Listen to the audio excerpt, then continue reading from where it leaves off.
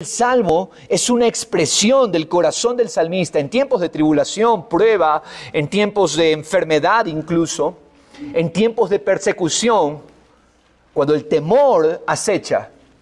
Yo voy a hacer la resolución de permanecer en el Señor. Voy a Dios, no voy a las circunstancias. No meditar los problemas. Dios nunca nos llamó a nosotros a meditar en los problemas. Dios nos llamó a meditar en Él. Los problemas vienen, no te quedes en el problema. Medita en el Señor. Medita en lo que Él es. Medita en su salvación, gloriosa salvación. Hemos cantado, qué gran misterio su salvación, pero es un hecho. Es una realidad y es una verdad para todo aquel que la recibe, todo aquel que la cree. Amén, iglesia del Señor. Hoy el salmo de hoy es un salmo maravilloso. Es el Salmo 126. ¿Sabían que ya hemos cubierto en menos de un año, a finales de este mes cumplimos un año estudiando los salmos? Y en menos de un año que todavía no cumplimos, ya hemos cubierto 4 salmos del día 6. Solo nos faltaría un salmo del día 6. Ya hemos cubierto el Salmo 36, 66, 96. Ahora vamos a cubrir el 126 y solo nos quedaría el 6, el Salmo 6. Dense cuenta, una manera dinámica de poder ir cubriendo el estudio de los salmos. Entonces vamos al Salmo 126 y vamos a ver una preciosa enseñanza.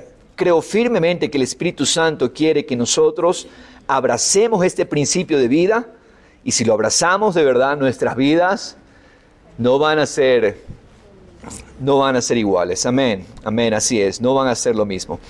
El título del Salmo, hemos aprendido a reconocer cuál es el título del Salmo. El título del Salmo no son las letras más grandes que aparecen allí, porque hemos dicho que ese título es el título de la edición de la Biblia, ¿ok?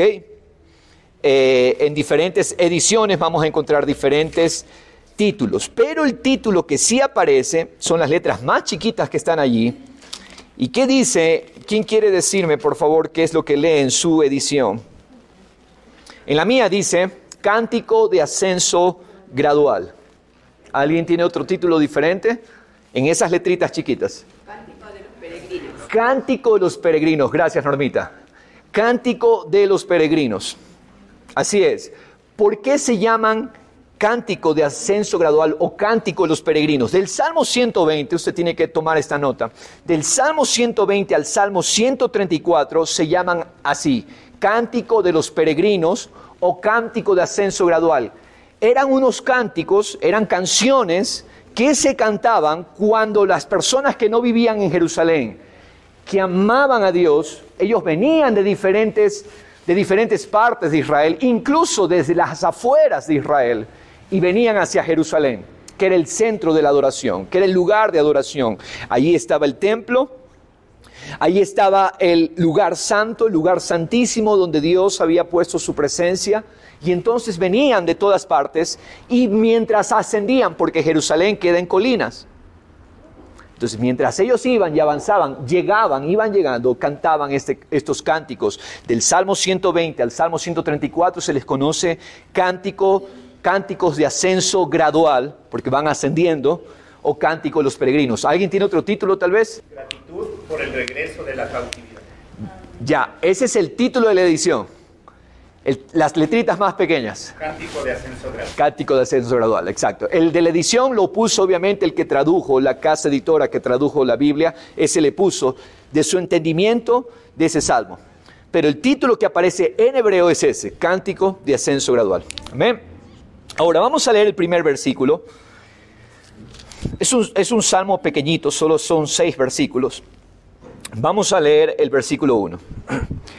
Y vamos a hacer allí una pausa. Cuando el Señor hizo volver a los cautivos de Sión, éramos como los que sueñan. Cuando el Señor hizo volver a los cautivos de Sión, éramos como los que sueñan. Ahora, cautivos de Sión. ¿Por qué cautivos? Usted tiene que saber que el pueblo judío fue a la cautividad. Ellos fueron llevados cautivos y específicamente por un imperio llamado Babilonia. Babilonia conquistó el reino de Judá y en 3 viajes, o llamadas también deportaciones, fueron llevando al pueblo en 3 viajes en periodos diferentes, llevaron al pueblo judío hacia Babilonia. ¿Por qué hacían esto las naciones? Había también esta posibilidad de que en vez de llevárselos, simplemente los hagan cautivos en su propia tierra y que ellos les paguen tributos al imperio, en este caso Babilonia. ¿Por qué tenían que llevárselos a otras partes?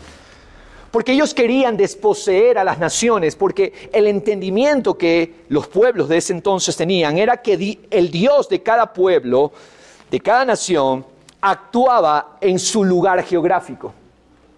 Entonces el razonamiento de estos reyes paganos era, si los llevamos a ellos fuera de su tierra, ellos van a perder la conexión con su Dios.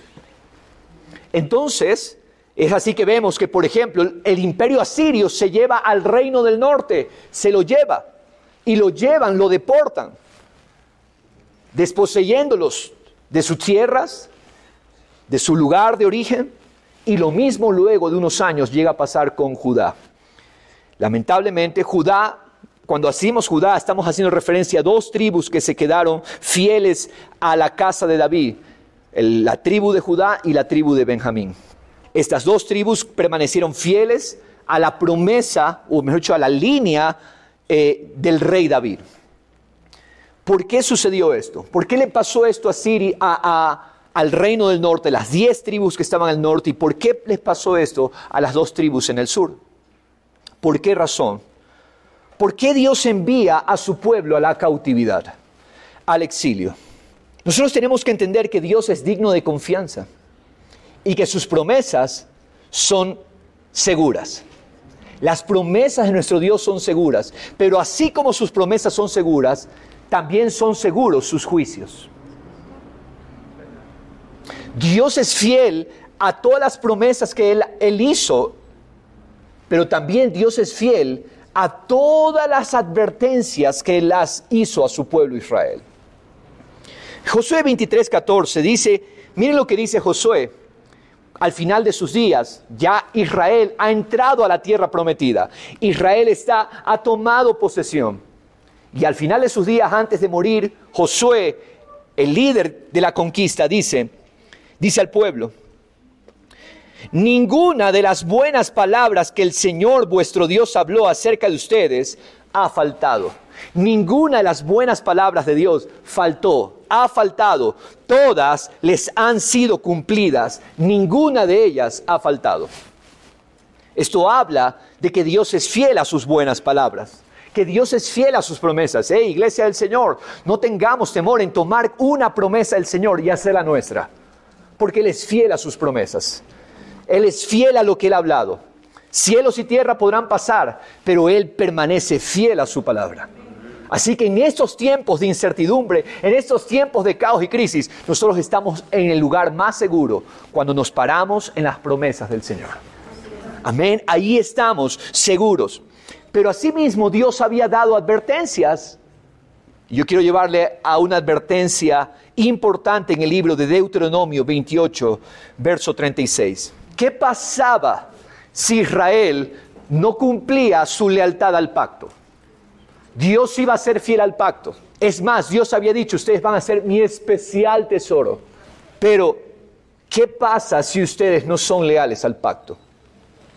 Verso 36, no vamos a leer todo el capítulo porque es extenso, pero vamos a leer unos versículos. Verso 36, el Señor te llevará a ti y a tu rey. Esto fue dicho por Moisés cientos de años antes del cautiverio. Cientos años antes de que suceda la invasión de Asiria y la invasión de Babilonia.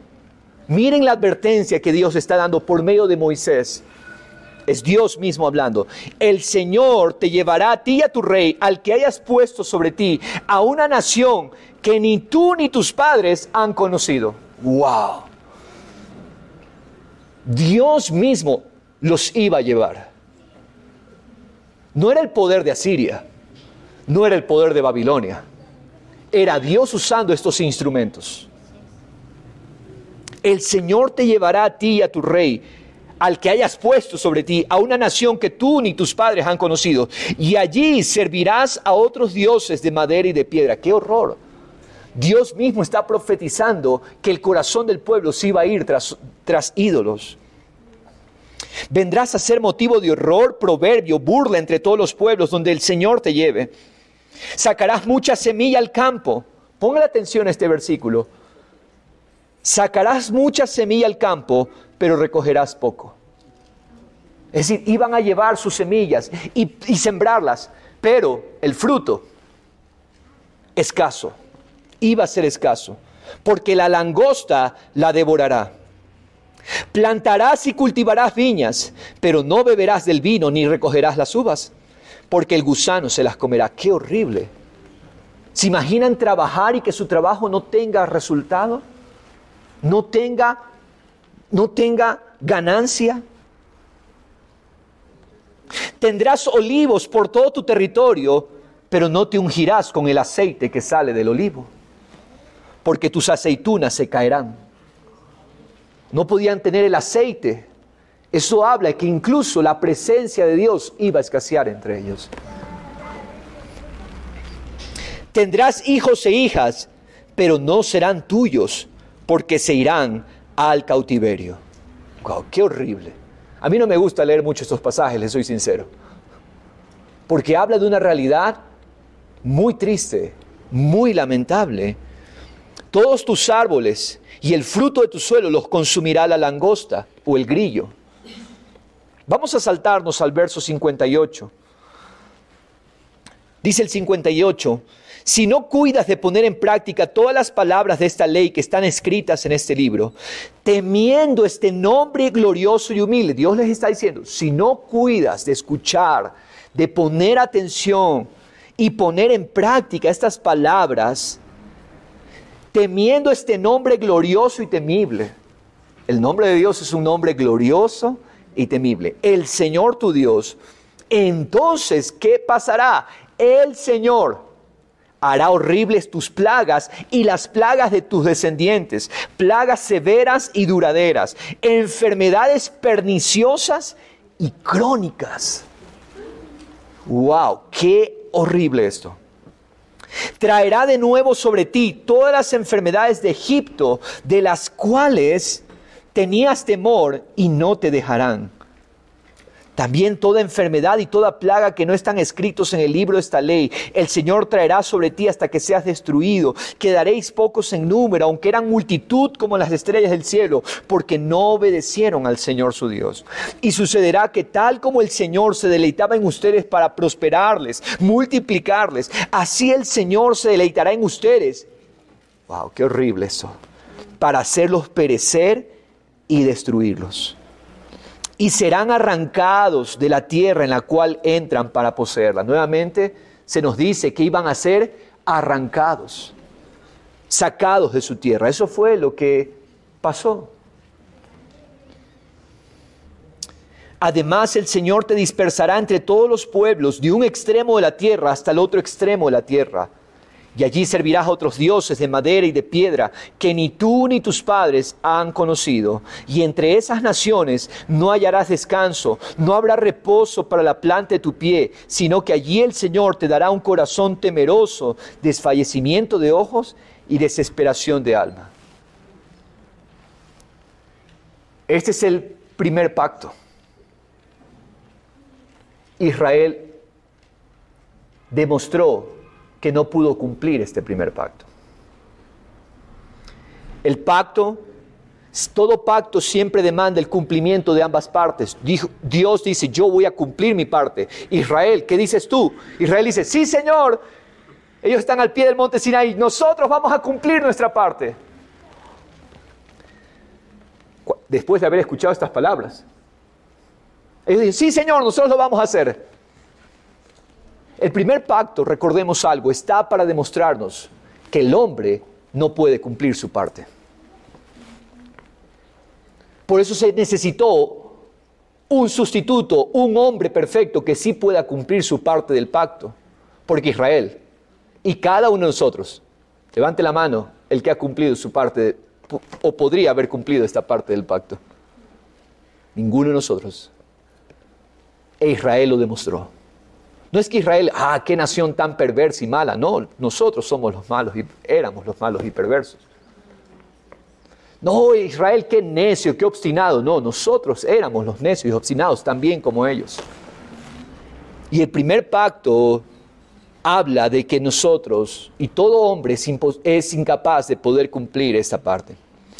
Pero es el hecho de que sea incapaz no nos exime de las consecuencias. Por lo tanto, Israel no pudo evitar las consecuencias, aunque era frágil y aunque todo hombre es pecador. Dice el Salmo 14, no hay justo ni uno solo, no hay uno bueno fuera de Dios, fuera de Cristo. Entonces, Israel no cumple su parte del pacto, tenían que venir las consecuencias, porque Dios tiene que cumplir tanto sus promesas como sus advertencias. Apenas termina el libro de Deuteronomio, viene el libro de Josué, la conquista. Por ahí hay algunos rebeldes, pero Josué profetiza, Josué vaticina, advierte que muy pronto, Josué dice, yo sé que después de mi muerte muchos de ustedes ya están ahorita mismo pensando rebelarse.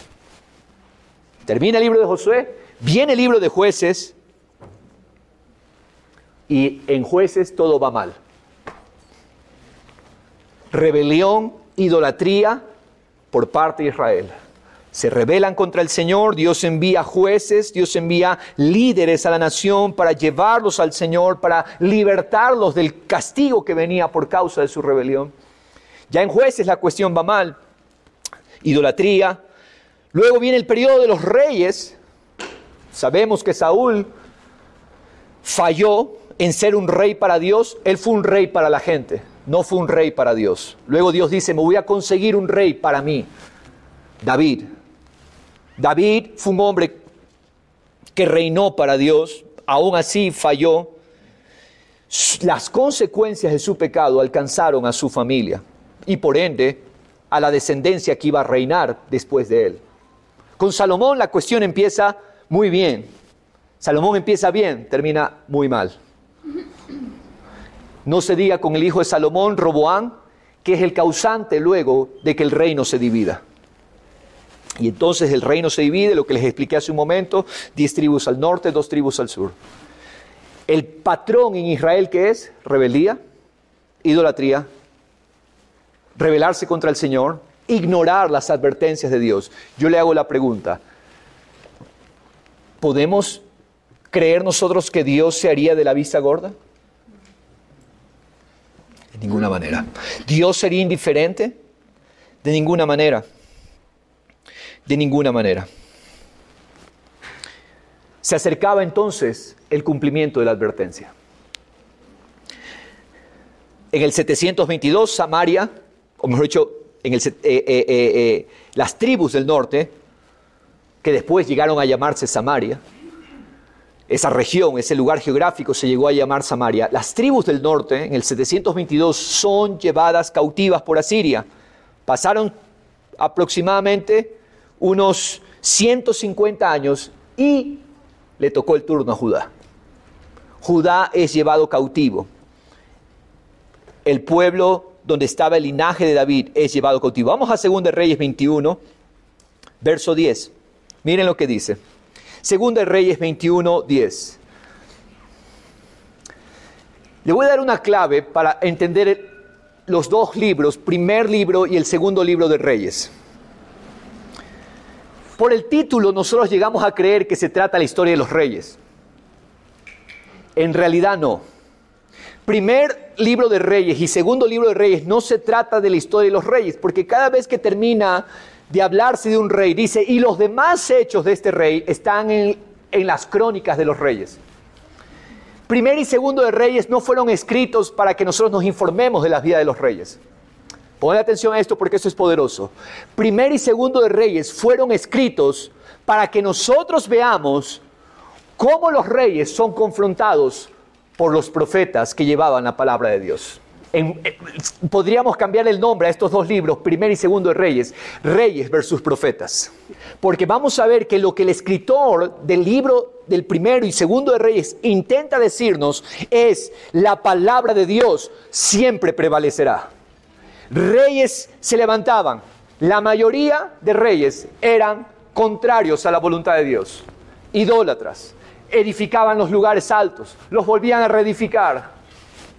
Entonces estos reyes, Dios necesitaba confrontarlos con su palabra. Y algo que nos dice a nosotros hoy es que la palabra de Dios siempre va a prevalecer. Y vemos acá, no vamos por supuesto a estudiar reyes ahorita, pero nosotros podemos ver cómo cada rey fue confrontado por un profeta de Dios. Cada rey fue confrontado por un profeta del Señor para traerlo a la verdad. ¿Qué quiere decir esto? Que Dios siempre estará con su palabra para hablarnos. Aun cuando estemos en caminos incorrectos, Dios siempre estará con su palabra para dirigirnos. ¿Saben por qué? Porque Él nos ama. Porque Él ama a su pueblo. También dice su palabra, Él no hace nada antes sin habérselo revelado a sus profetas. Profeta, para que usted entienda la palabra profeta, es un comunicador de la palabra de Dios. Ese es un profeta. Entonces, Primero y Segundo de Reyes nos narran toda esta confrontación entre los reyes, pero más grande que los reyes es el Señor. Más grande que los reyes humanos está la palabra de Dios. La mayoría del pueblo pecó gravemente. Mire, el Segundo de Reyes 21:10.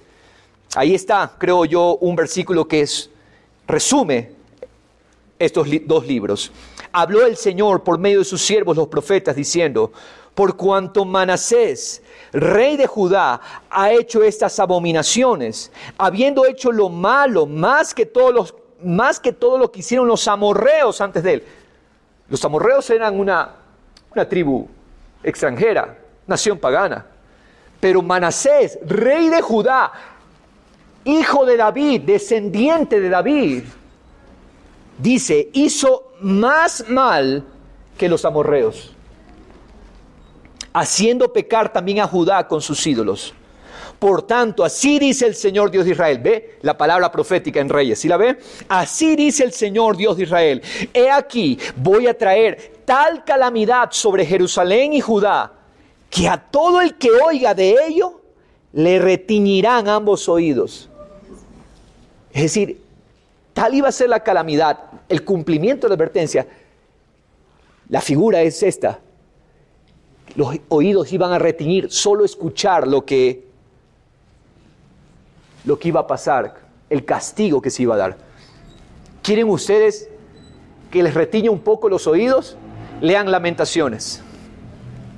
Lamentaciones de Jeremías describen en parte el horror y el sufrimiento de lo que fue el juicio que vino sobre esta nación.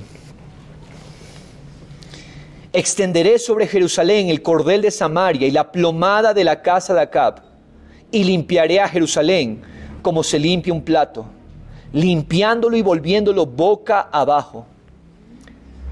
El plato los ponemos boca abajo para secarlo, ¿no? Así Dios dice que va a hacer con esa tierra. La va a vaciar, la va a limpiar de ellos. Abandonaré al remanente de mi heredad y los entregaré en manos de sus enemigos y serán para presa y despojo para todos sus enemigos, porque han hecho lo malo ante mis ojos, han estado provocándome a ira desde el día en que sus padres salieron de Egipto hasta el día de hoy.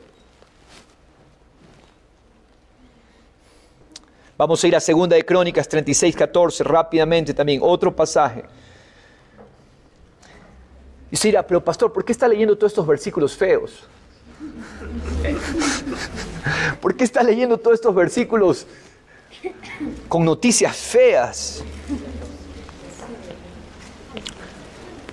Porque nunca podremos abrazar la gracia si no reconocemos lo horrible de nuestro pecado. Así de horrible es el pecado para Dios. Así es el pecado para Dios. Y cuando el enfermo entiende su enfermedad, solo entonces va a abrazar la medicina. 2 de Crónicas 36:14. Asimismo, todos los jefes de los sacerdotes y el pueblo, los jefes de los sacerdotes se supone que tienen que ser los referentes, fueron infieles en gran manera y siguieron todas las abominaciones de las naciones y profanaron la casa del Señor que él había consagrado en Jerusalén. Verso 15. Y el Señor, Dios de sus padres, ¿qué hizo él? Dios no es un Dios malo. Es más, quiero que sepa cuál es el nombre de Dios. Lento para la ira. Nuestro Dios es una olla lenta. Él no explota enseguida. Él es una olla lenta que demorará mucho tiempo. Mira lo que dice este versículo. Les envió palabra repetidas veces por sus mensajeros, porque Él tenía compasión de su pueblo y de su morada. Él tenía compasión de su pueblo y de su morada. Pero ellos continuamente se burlaban de los mensajeros de Dios. Yo les hablé de reyes versus profetas. Nosotros hoy apreciamos las profecías de estos hombres porque vimos que se cumplieron. Pero ellos, a quienes se les dijo, esa generación que vivió la época de los profetas, para ellos un profeta que venía con ese tipo de mensaje, lo ignoraban. Ellos no le prestaban atención, es más, los maltrataban, los ultrajaban a los profetas. Hoy nosotros honramos a Isaías, Jeremías, Ezequiel, Daniel, pero en realidad ellos los aborrecían. Hoy los honramos nosotros porque vemos, wow, lo que profetizaron se cumplió. En otras palabras, fueron instrumentos de Dios. Pero ellos en su momento los rechazaron, los ultrajaron, los persiguieron. Eso es lo que dice este verso 16. Ellos continuamente se burlaban de los mensajeros de Dios, despreciaban sus palabras, se mofaban de sus profetas. Hasta que subió el furor del Señor contra su pueblo y ya no hubo remedio. Verso 17. Entonces hizo subir contra ellos al rey de los caldeos. Los caldeos son los babilonios. Hizo subir contra ellos al rey de los caldeos, que mató a espada a sus jóvenes en la casa de su santuario. Y no tuvo compasión del joven ni de la virgen, del viejo ni del débil. A todos ellos los entregó en su mano. Y todos los objetos de la casa de Dios, grandes y pequeños, los tesoros de la casa del Señor. Ustedes han leído todo el tesoro que David dispuso para el templo. Todo el oro, todos los objetos de alto valor. Luego Salomón acumuló muchas cosas más. Todo eso lo llevaron al templo. ¿Y qué viene a hacer el rey de los babilonios? Los despojó de todo eso. Los tesoros de la casa del Señor, los tesoros del rey y de sus oficiales, todo lo llevó a Babilonia. Quemaron la casa de Dios, derribaron la muralla de Jerusalén, prendieron fuego a todos sus palacios y destruyeron todos sus objetos valiosos. Pongan atención a lo que viene aquí. Y a los que habían escapado de las espadas los llevó a Babilonia. Fueron siervos de él y de sus hijos hasta el dominio del rey de Persia, el dominio del reino de Persia. ¿Quién se recuerda un joven que fue llevado cautivo? ¿Quién lo dijo? Daniel, así es.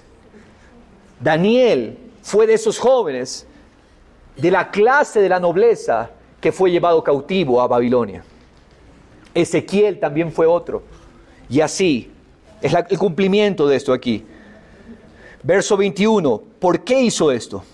Para que se cumpliera la palabra del Señor por boca de Jeremías, hasta que la tierra hubiera gozado de sus días de reposo. Esto es tremendo. Todos los días de su desolación reposó hasta que se cumplieron los 70 años. ¿Saben qué pasó? Levítico habla que Dios quería que la tierra descanse cada 7 años. Cada 7 años la tierra tenía que descansar de ser cultivada. Miren cómo es Dios.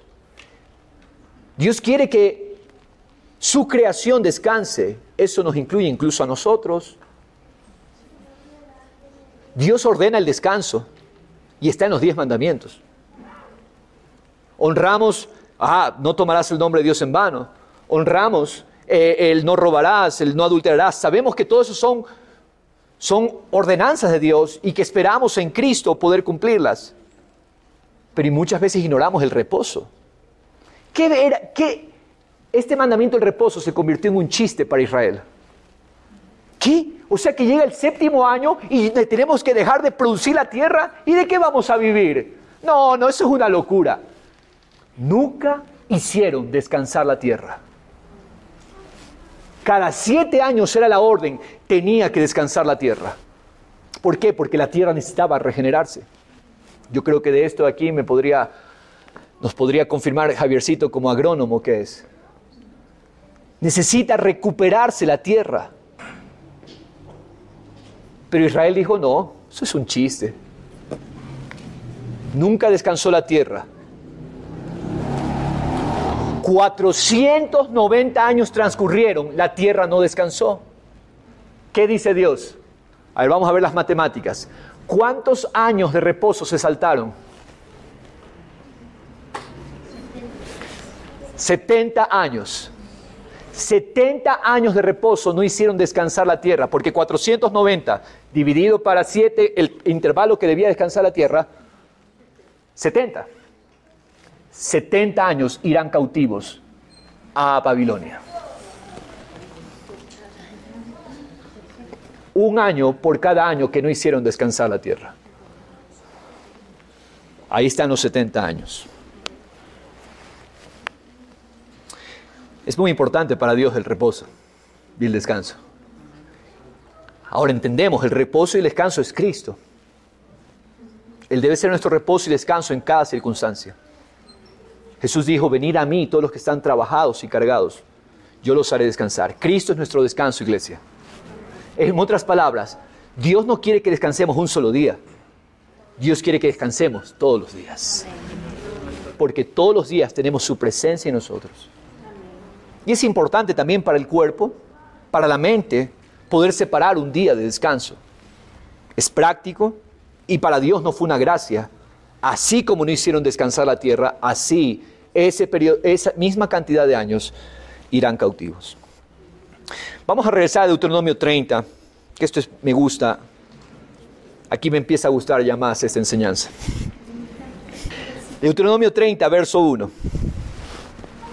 Sucederá que cuando todas estas cosas hayan venido sobre ti, la bendición y la maldición que he puesto delante de ti, y tú las recuerdes, en otras palabras, las hagas volver a tu corazón,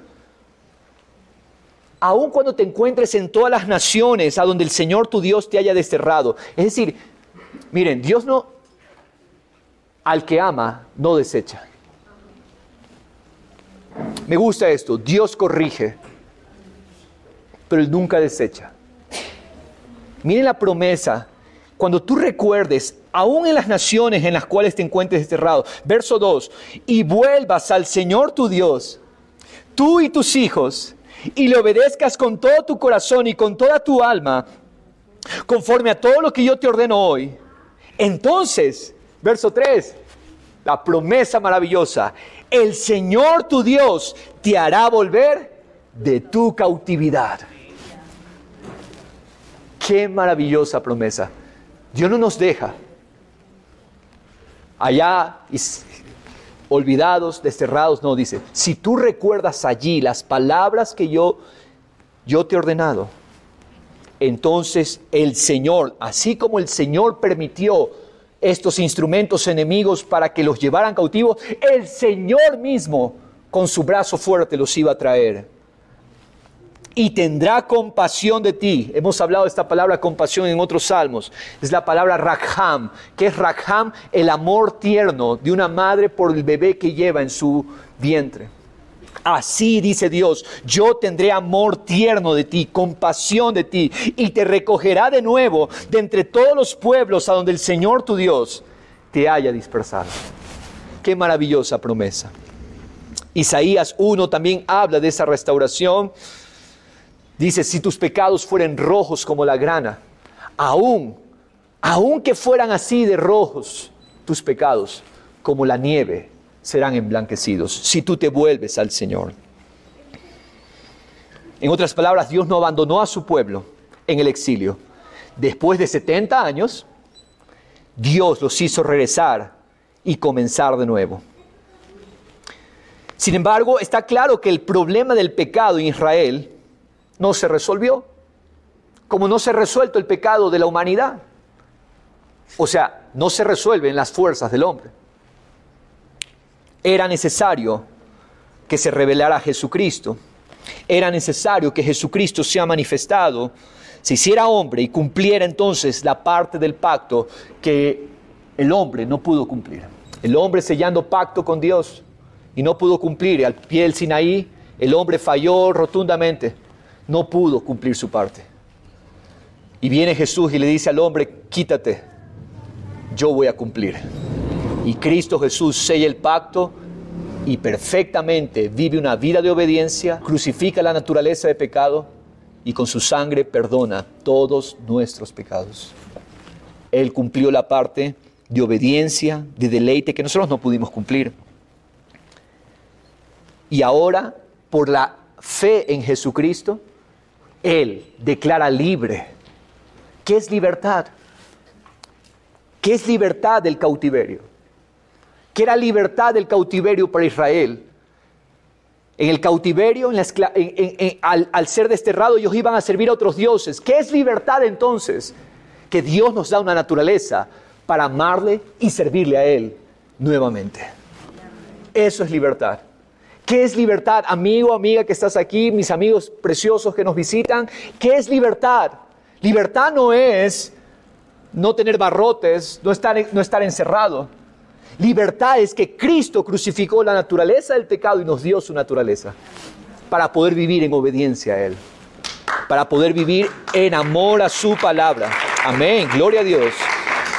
Apocalipsis 21:3 dice, entonces, Apocalipsis 21:3, esta es la promesa. Oí una gran voz que decía desde el trono, he aquí, el tabernáculo de Dios está entre los hombres, y Él habitará entre ellos, y ellos serán su pueblo, y Dios mismo estará entre ellos. ¿Qué es libertad? ¿Qué es salvación? Que Dios habita en nosotros hoy. ¿Qué es libertad? Es la certidumbre, es la confianza de que Dios juzgó mi pecado en Cristo. De que Dios crucificó mi naturaleza de pecado. Dice Pablo, con Cristo estoy juntamente crucificado. Él crucificó esa naturaleza de pecado. Ya es un hecho, yo tengo que creerlo.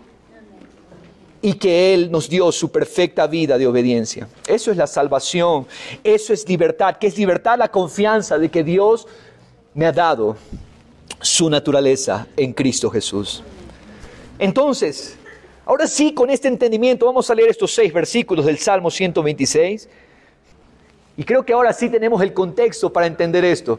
¿Por qué razón? Porque las poquitas palabras que dice aquí este Salmo son pesadas y no se las puede entender sin este contexto. Ya ustedes ven lo que pasó a Israel. Ustedes ven lo que sufrió esta nación. Ahora, cuando se acercó la libertad, no es que pasó de la noche a la mañana. Poco a poco hubieron 3 viajes.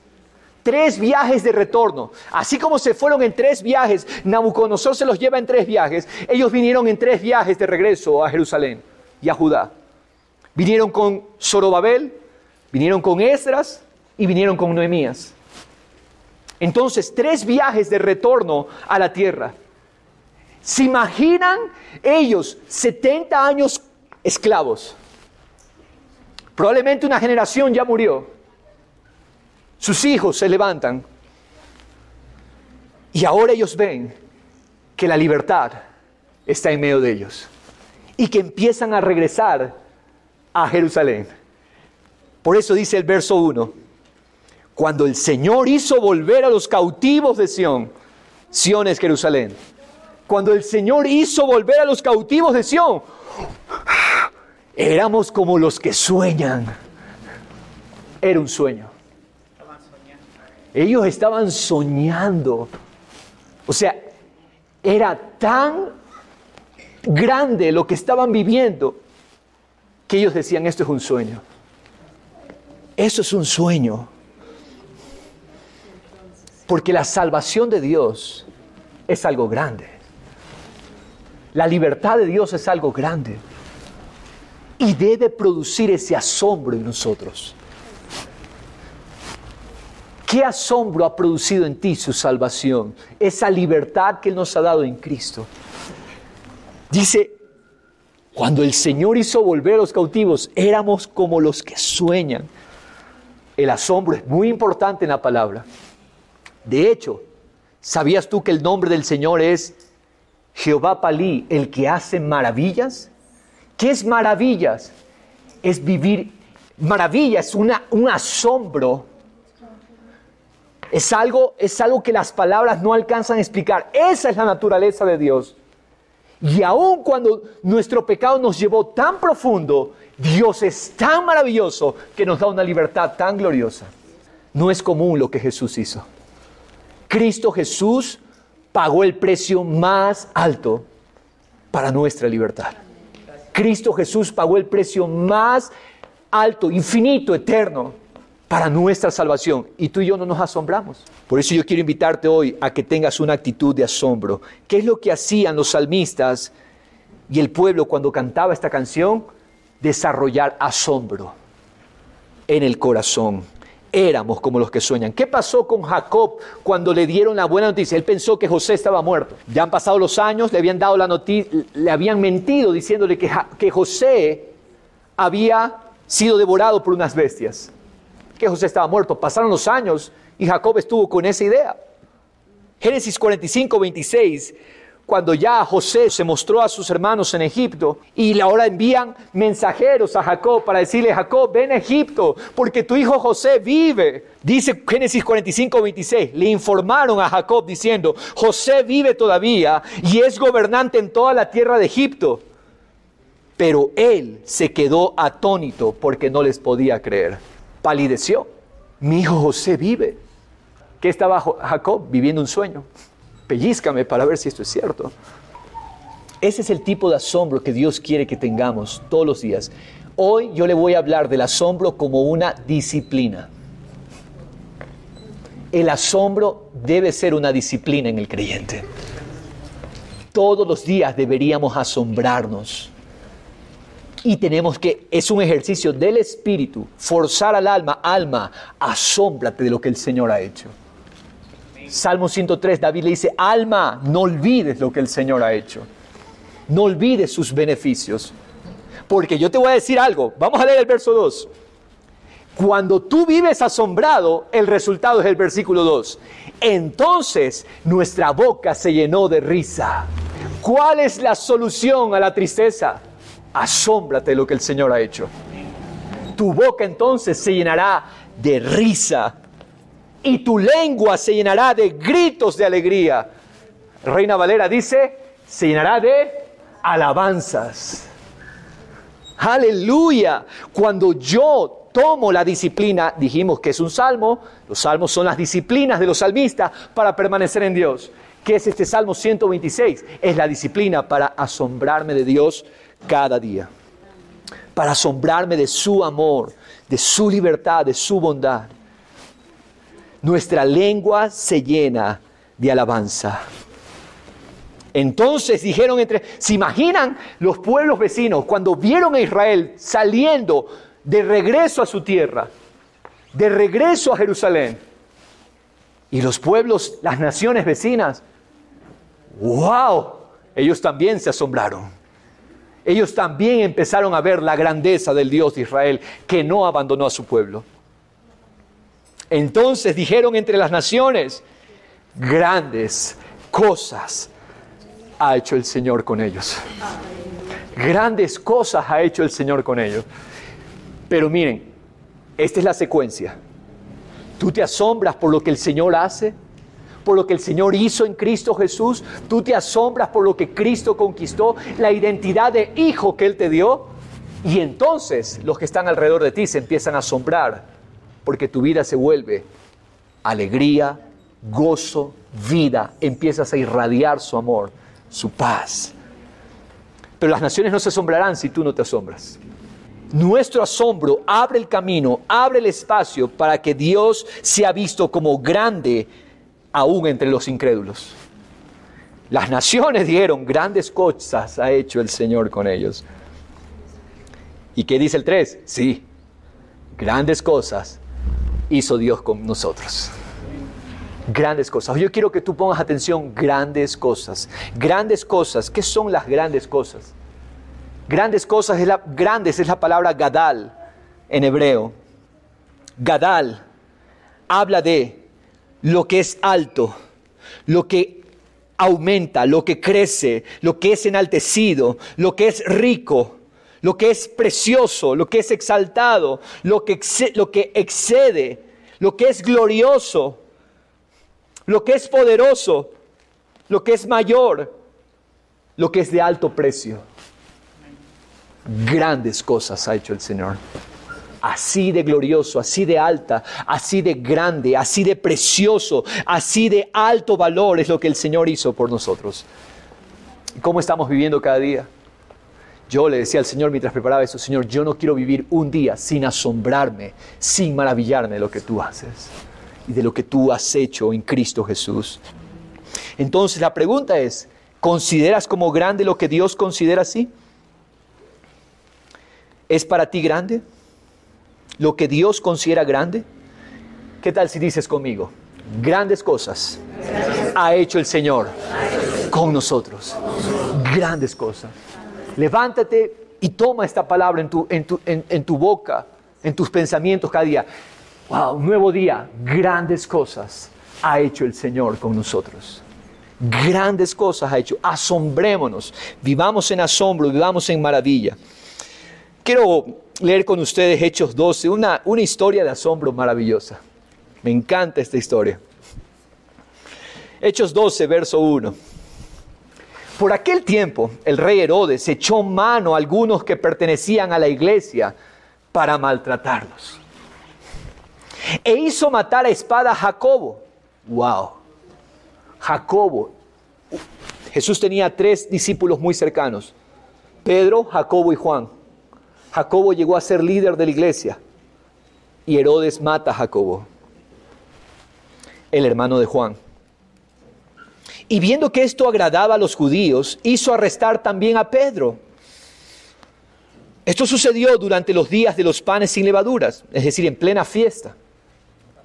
Público, ¿no? Y Herodes haciéndose notar, y a los judíos le agradaba, porque cuando habla de los judíos, habla de aquellos que rechazaron a Cristo. Y dice, esto agradaba a los judíos. Tomó preso entonces a Pedro, porque Herodes, paréntesis, era esclavo del temor del hombre. Herodes era esclavo del temor del hombre. Él buscaba la aprobación del hombre, así como Saúl, Herodes lo mismo. Era enfermo con la aprobación del hombre. Dios nos guarde de eso, porque es tenaz, es triste cómo murió Herodes. Lo tomó preso a Pedro, verso 4, lo puso en la cárcel, entregándolo a 4 piquetes de soldados, es decir, grupos de soldados, para que lo guardaran con la intención de llevarlo ante el pueblo después de la Pascua. Es decir, le iban a dar lo mismo que hicieron con Jesús, le iban a dar muerte. Verso 5. Así pues, Pedro era custodiado en la cárcel, pero la iglesia hacía oración ferviente. Pero la iglesia, en otras palabras, iba aquel que hace maravillas. Pero la iglesia estaba confiando en el Dios que ha hecho grandes cosas con nosotros. Eso es lo que hacía la iglesia. Ferviente oración a Dios por él. ¿Qué es orar? A propósito, quitemos de nuestra cabeza los conceptos religiosos. Orar no es repetir palabras. Orar, ¿qué es? Asombrarme de mi Señor y decírselo, estoy asombrado de ti. Eso es orar. El asombro de nuestra comunión, el asombro en nuestra comunión con Dios. Verso 6. Y esa noche, cuando Herodes estaba a punto de sacarlo, Pedro estaba durmiendo entre 2 soldados, sujeto con 2 cadenas, y unos guardias delante de la puerta custodiaban la cárcel. Más seguro no lo podían tener. Más atado. Un soldado aquí, un soldado acá, 2 cadenas, y delante de la puerta, soldados custodiaban la puerta. He aquí, verso 7, se le apareció aquel que hace maravillas. Se le apareció un ángel del Señor, y una luz brilló en la celda. Y el ángel tocó a Pedro en el costado y lo despertó diciendo, Pedro, levántate, vámonos. levántate pronto. ¿Y qué pasó? Él dijo eso, y las cadenas cayeron de sus manos. Y el ángel le dijo, vístete y ponte las sandalias. Y así lo hizo. Y dijo el ángel, envuélvete en tu manto y sígueme. Y saliendo lo seguía, y no sabía que lo que hacía el ángel era de verdad. En otras palabras, que Pedro estaba pensando que era un sueño. Él no pensaba que era de verdad. Estamos viendo lo que Dios hace a tal punto que nos lleva a creer, Señor, parece que estoy soñando. Así Dios quiere que vivamos. Dios todos los días tiene esta gracia para nosotros. Problemas, enfermedades, circunstancias, nos sentimos sin destino, tristeza, depresión. ¡Hey! Dios está allí para hacer maravillas en medio de esas circunstancias. En el nombre de Jesús. Pedro pensaba entonces que estaba soñando, estaba viendo una visión. 10. Cuando habían pasado la primera y la segunda guardia, llegaron a la puerta de hierro que conduce a la ciudad. Y yo digo, ¿qué pasó con todos esos soldados y esos guardias? Dormidos. Amén. Dice, la cual se les abrió por sí misma. La puerta principal, la puerta de hierro se abrió sola. No fue sola, el Señor lo hizo. Y salieron y siguieron por una calle. Y enseguida el ángel se apartó de él. Cuando Pedro volvió en sí, dijo, ahora sé en verdad que el Señor ha enviado su ángel. No, esto no es un sueño. Este es el Señor que hace maravillas. Me ha rescatado. En otras palabras, yo creo que Pedro se acordó del Salmo 126. Dice, el Señor me ha rescatado, el Señor nos hizo volver de esa cautividad, de la mano de Herodes, de todo lo que esperaba el pueblo de los judíos, de esa muerte segura. Verso 12, el asombro no termina aquí. Al darse cuenta de esto, fue a la casa de María, la madre de Juan, llamado también Marcos, la mamá de Juan Marcos. Juan Marcos, a propósito, fue el que escribió el Evangelio de Marcos. Dice, fue a la casa de María, donde muchos estaban reunidos y oraban. Ellos estaban orando al Dios que hace maravillas. Y cuando llamó a la puerta de la entrada, una sirvienta llamada Rode salió a ver quién era. Al reconocer ella la voz de Pedro, ¿qué pasó? De alegría no abrió la puerta.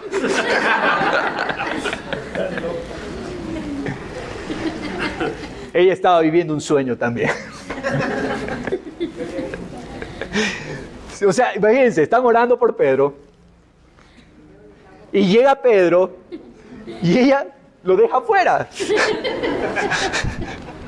No abrió la puerta, sino que corrió adentro y anunció que Pedro estaba a la puerta. Y ellos le dijeron, estás loca. Pero ella insistía que así era. Y ellos decían, es su ángel. Mas Pedro continuaba llamando, y cuando ellos abrieron y lo vieron, y se asombraron. Y se asombraron. Y haciéndoles señal con la mano para que guardaran silencio, les contó cómo el Señor lo había sacado de la cárcel. Una vida de asombro es a lo que Dios nos ha llamado. Regresando a este Salmo 126 y para ir cerrando, esta es la segunda parte de este Salmo. Gracias, Señor, porque somos libres. Somos los que soñamos con esta salvación. Pero aún tenemos que crecer en esta salvación. En esta libertad tenemos que crecer. Ya somos salvos. Ojo, no es que Dios tiene que hacer algo, pero nosotros tenemos que desarrollar nuestra conciencia de libertad y nuestra conciencia de asombro por lo que Él ya hizo. Por eso es que dice el versículo 4, haz volver, Señor, a nuestros cautivos. Haz volver, Señor, a nuestros cautivos. Yo les dije que hubieron 3 viajes de regreso. Los primeros llegaron, pero ellos oraban, Señor, todavía faltan cautivos por ser libres. Cuando el corazón permanece en asombro, vamos a ser movidos a orar para que Dios siga libertando a los que aún están presos. a los que aún están esclavos. En nuestras familias mismos hay personas que están en esclavitud. Haz volver, Señor, a nuestros cautivos. Como las corrientes en el sur. En Reina Valera dice, como los arroyos del Negev. Negev es una parte al sur de Israel que es bien seca, bien árida. Y en tiempos de verano, eso es seco, seco, seco. Pero cuando vienen las lluvias, en el Negev, los arroyos se desbordan. Cuando viene la época, la primavera, cuando llega la época de lluvias, aún el mismo invierno, los ríos, los arroyos rebosan de agua. Seco cuando es seco, pero cuando hay agua, hay mucha agua. Y eso es lo que dice, Señor, nuestros cautivos están en sequedad, pero hazlos volver como las corrientes en el Negev, en el sur. Así, Señor. Verso 5. ¿Se acuerdan que cuando leímos, no sé si recuerdan en Deuteronomio 28 hace un momento, vimos que la semilla de ellos no iba a producir? Que los cultivos de ellos no iban a dar ganancia. ¿Y qué es lo que pasa entonces? Muchos, al ir y trabajar en cautiverio, recordaban su sufrimiento. Por eso dice, los que siembran con lágrimas, Dios está diciendo, cuando tú estabas esclavo, cuando tú eras esclavo, sí, no había fruto, no había ganancia, porque todo era escaso. Pero el Señor dice, los que siembran con lágrimas, ahora segarán, cosecharán con gritos de júbilo. Amén. Con gritos de júbilo. El que con lágrimas anda, me gusta como dice Reina Valera, el que va andando y llorando, llevando la semilla de la siembra, en verdad regresará con gritos de alegría, trayendo sus gavillas. Las gavillas son las cosechas. Antes llorábamos por dolor y pérdida, ahora lloramos por ver al tesoro glorificado. Los que sembraron con lágrimas, con regocijo, segarán.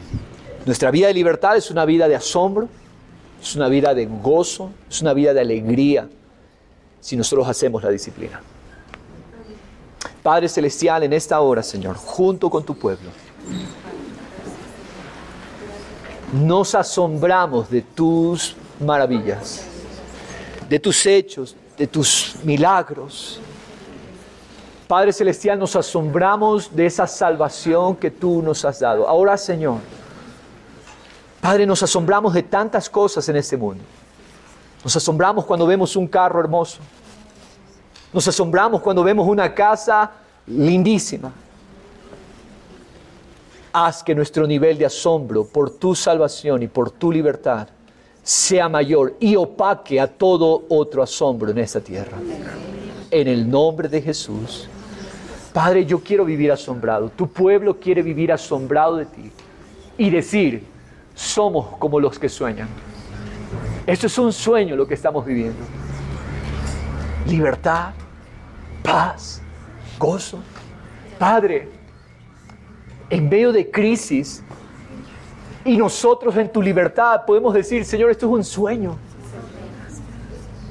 Eso es un sueño, Señor. Es un sueño, Padre, que saber que antes estábamos muertos. Y hoy, Padre, tenemos tu vida en nosotros. Hoy vivimos para ti, Señor. Padre, de todo eso estamos asombrados, Señor. Padre, éramos extraños, éramos esclavos. Hoy somos llamados hijos. Gracias, Padre Celestial. Levanta nuestro nivel de asombro. Levanta nuestro nivel de maravilla, Señor. A tal punto, Señor, que reconozcamos. Y que a tal punto que nuestra boca se llene de tu risa. Y nuestra lengua esté llena de tu alabanza, Señor Dios. Nuestra boca se llena de alabanza. Oh Padre, tú no eres común. Tu salvación es una realidad viva en nosotros. Y te decimos gracias, Señor. Asómbrate, asómbrate, asómbrate. Y dile al Señor, haz una oración y dile, Señor, quiero vivir asombrado todos los días de mi vida por tu gracia y por tu salvación. Porque tú me amaste, Jesús. Gracias, Señor. Gracias, Padre. Gracias, Dios. Levanta tu clamor al Señor y dile, Señor, asombrado estoy. Salmo 139 dice, estoy maravillado y mi alma lo sabe bien. Padre, Señor, haz la operación en nuestros corazones. Para que, Señor Dios, cada día tengamos una gratitud a tal punto que nuestras bocas resuenen de risa. El cristiano es la persona más feliz, más gozosa, más llena de brillo y vida, Padre. Padre, porque tú nos hiciste volver de nuestra cautividad. Gracias, Cristo Jesús. Hoy participamos de Jesús. Hoy participamos del asombro tuyo. Hoy participamos de las maravillas del Dios que hace maravillas. Gracias, Jesús, en Cristo. Vamos a participar de su mesa con esta actitud. Mire, la mesa del Señor no es común. La mesa del Señor no es cualquier comida. Es el pan del cielo que descendió a los hombres. Abraza hoy el testimonio de que la cena del Señor es el banquete del cielo. Abraza hoy el testimonio de que su banquete nos asombra, porque es la carne y la sangre del Hijo del Hombre que fue entregada por nosotros. Juan 6, Jesús habla, que no come mi carne y bebe mi sangre no tiene vida, pero el que come y bebe tiene la vida eterna y no verá la muerte. Hubieron unos que se asombraron cuando Jesús dijo esas palabras, pero negativamente. Hay dos tipos de asombros. El asombro que nos escandaliza, pero otra cosa es el asombro del cielo. Un asombro de agradecimiento y de alegría al ver lo que el Señor ha hecho. Al igual que Pedro, Señor Dios, abre nuestros ojos para ver los ángeles del cielo trabajando a favor nuestro. Padre, porque solamente cuando te veamos, entonces nuestras vidas, Señor Dios, empezarán a asombrarse y alegrarse por lo que tú has hecho. Padre, abre nuestros ojos del entendimiento para ver lo que espiritualmente ya lograste y conquistaste para nosotros. En el nombre de Cristo Jesús. ¿Todos tenemos el pan y el vino? Amén. ¿Alguien falta? ¿Todos están? Amén. Padre, qué preciosa mesa. Qué precioso banquete. No es físico, no es natural, es espiritual. Que hoy nuestras almas, hoy nuestros espíritus pueden participar de la vida del cielo. En Cristo Jesús, dile gracias. Estoy maravillado, estoy asombrado por tu amor. Dile al Señor con tus palabras, exprésale tu asombro al Señor. Adóralo, adóralo, adóralo. Él está en medio nuestro. Él está aquí con nosotros. Padre, nos asombramos cuando nuestros equipos deportivos ganan. Nos asombramos cuando nos traen una noticia de un aumento de sueldo. Oh Padre Celestial, hay algo que merece mucho más asombro y esa es tu salvación.